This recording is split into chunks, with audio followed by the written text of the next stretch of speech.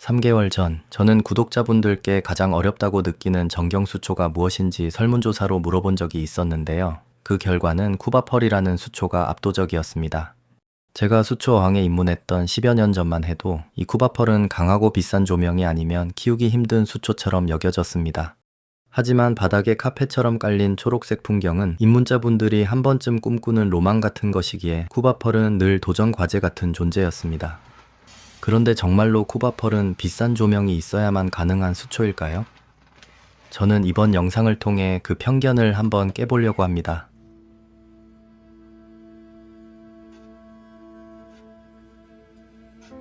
물생활에 막 입문하신 분들은 레이아웃을 어렵게 느끼시는 경우가 많습니다. 일단 바닥재는 깔았는데 어떤 돌을 어디에 둬야 할지 몰라서 망설이는 것처럼 말이죠.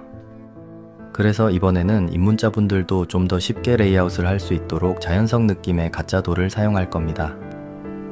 이건 산마 오너먼트 스톤이라고 하는데요. 수질에 영향을 주지 않고 실제 돌보다 가벼워서 누구나 부담 없이 다루기 쉽습니다. 돌은 벽면에서 약간 떨어뜨려 두는 것이 관리하기에 좋고요. 바닥재에 살짝 파묻히도록 배치하면 더 자연스러운 느낌을 만들 수 있습니다.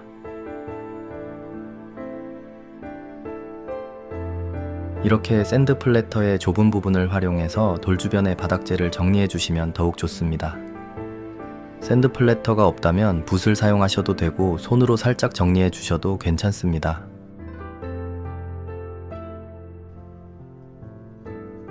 오늘 심을 수초는 딱 두 종류입니다. 이번 어항의 주인공인 쿠바펄과 포인트가 되어줄 라눈큘러스 이눈다투스이지요. 얼핏 보면 쑥처럼 생긴 이 수초는 처음 적응하는 기간이 비교적 길어서 어렵게 느껴질 수 있지만 자리를 잡고 나면 손도 많이 안 가고 중경의 포인트 주기에 좋습니다. 수초는 나란히 줄을 맞춰 심기보다는 최대한 불규칙하게 심어주는 것이 더 자연스럽습니다. 저도 처음에 그랬는데 이상하게 수초를 심을 때 자꾸 줄을 맞추게 되더라고요. 오늘의 주인공 쿠바펄의 등장입니다. 잎이 진짜 말도 안 되게 작습니다. 카펫 수초 입문용으로 많이 사용되는 미크란테뭅과 비교해보면 잎 크기 차이를 확연하게 느낄 수 있죠. 바로 이 작은 잎 덕분에 카펫이 완성되었을 때 더 촘촘하고 섬세한 느낌을 연출할 수 있는 겁니다. 많은 분들이 쿠바펄을 어려워하는 첫 번째 이유는 심는 것부터가 쉽지 않기 때문입니다.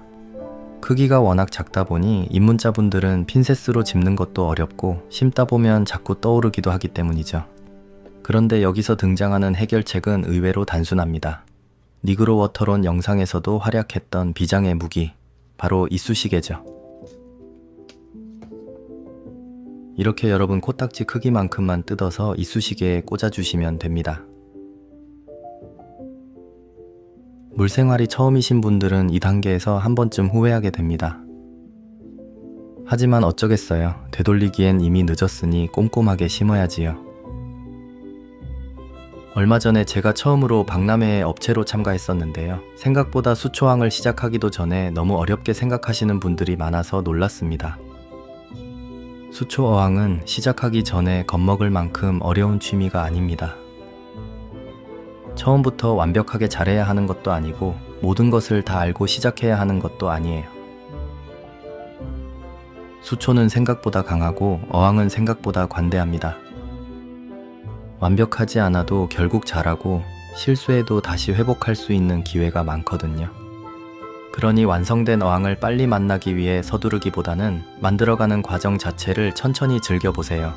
그럼 수초 어항이 훨씬 더 쉽게 느껴질 겁니다.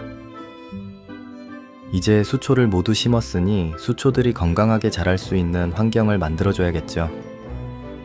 이 조명은 이번에 새로 출시한 그로우 라이트라는 조명입니다. 쿠바펄도 충분히 키울 수 있는 수초 조명을 부담 없는 가격으로 만들어 보고 싶었습니다. 비싼 조명이 아니어도 정경수초를 키울 수 있다는 것을 직접 보여드리고 싶었어요. 수초 성장에 최적화된 RGB 조명에 밝기는 물론이고 USB 전원을 사용하기 때문에 보조 배터리에 연결해서 사용할 수도 있습니다. 게다가 밝기 조절과 타이머 기능까지 필요한 건 다 갖춘 조명이지요. 수초를 키우는 것이 목적이라면 최대 성능을 발휘할 수 있는 어댑터를 사용하는 것을 추천드립니다. 만약 집에 사용하지 않는 USB 어댑터가 있다면 전격 출력이 5V에 2A 이상인지 확인해 보세요.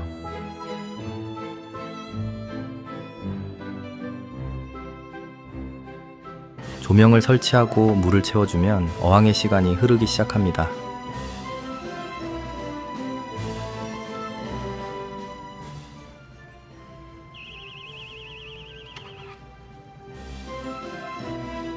대부분의 수초는 이산화탄소만 공급해줘도 난이도가 크게 낮아집니다. 자반어항 이하라면 미니고아비탄으로도 충분해요. 세팅한 지 일주일이 지났습니다. 조명은 이산화탄소와 함께 하루 9시간씩 점등해 주었고, 세팅 초반에는 수질이 불안정하기 때문에 환수는 이틀에 한 번씩 50% 정도 해줬습니다.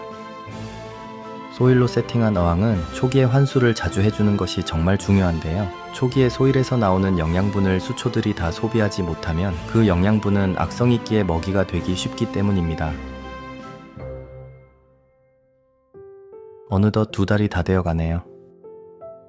소일에 쿠바펄이 내린 뿌리가 보인다면 이제 스스로 자리를 잡았다는 뜻입니다. 사실 이쑤시개는 진작 뽑았어야 했는데 제가 너무 게을렀네요. 이쑤시개를 너무 오래 방치하면 이렇게 검게 변하면서 썩기 시작합니다. 문제는 썩는 것보다 시간이 지나면서 수초 뿌리가 썩은 이쑤시개를 파고들기 시작한다는 겁니다.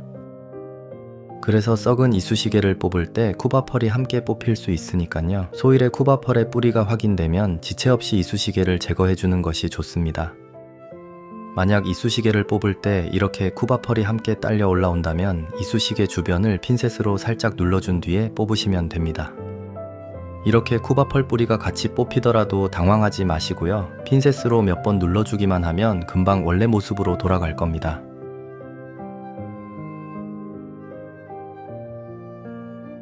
어항을 세팅한 지 한두 달 정도가 지나면 이렇게 수초나 돌 표면에 슬러지가 생기기도 하는데요. 그리 걱정하지 않으셔도 됩니다. 여기가 새우들에게는 오픈런 해야 먹을 수 있는 슬러지 오마카세집이 되기 때문이지요.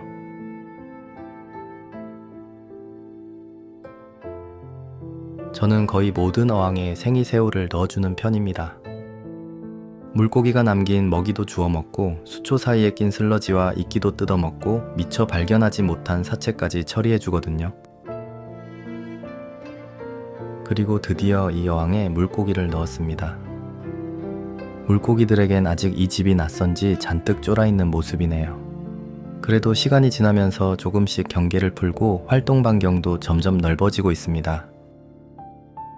그렇게 77일이 지났습니다. 처음 이 조명을 출시할 때부터 확인하고 싶었던 것이 하나 있었습니다. 과연 비싼 조명이 아니어도 수초어항을 충분히 즐길 수 있을까 하고 말이죠.